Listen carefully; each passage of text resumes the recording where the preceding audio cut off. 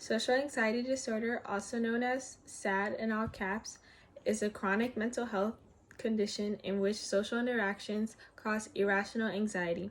Anxiety is a feeling of worry or unease caused by an event or an uncertain situation. When dealing with social anxiety disorder, the cause of their anxiety occurs from everyday interaction. For most people, simple interactions with others are natural, but for someone diagnosed with this disorder, they find it extremely stressful. There are different ways a person with social anxiety disorder can experience irrational anxiety. This includes public speaking, eye contact, eating in front of others, dating, and so many other ways. When in these types of situations, people tend to have physical symptoms, which could be rapid heartbeat, sweating, muscle tension, dizziness, lightheadedness, the inability to catch your breath, and an out-of-body sensation. As a result, they avoid these situations.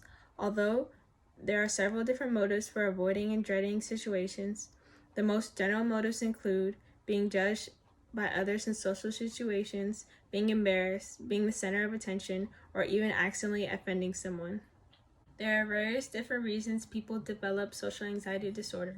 One is if a family member had it, in which there is a higher chance of inheriting the disorder since it could be passed down through genetics. It could also have something to do with the overactive amygdala, which is the part of your brain that controls your fear response.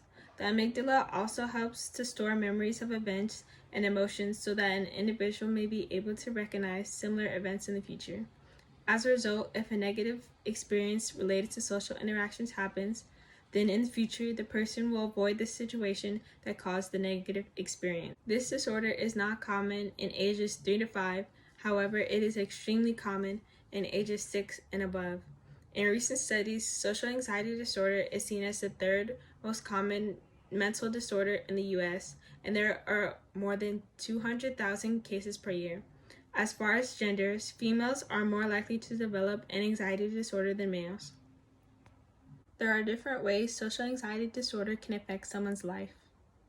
Not only does it have a huge impact on social interactions with others, but it also leads to low self-esteem, depression, sensitivity to criticism, and negative thoughts. Social anxiety disorder can last for a certain period of time or a lifetime, but there are treatments for this disorder that can increase social skills, improving the ability to interact with others. One treatment is cognitive behavioral therapy, which is a type of talk therapy focused on modifying negative thoughts, behaviors, and emotional responses associated with psychological distress.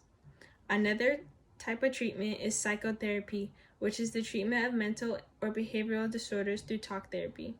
People can also take medications such as sedatives to feel calm, or antidepressants like SSRI, which stands for selective serotonin reuptake inhibitor.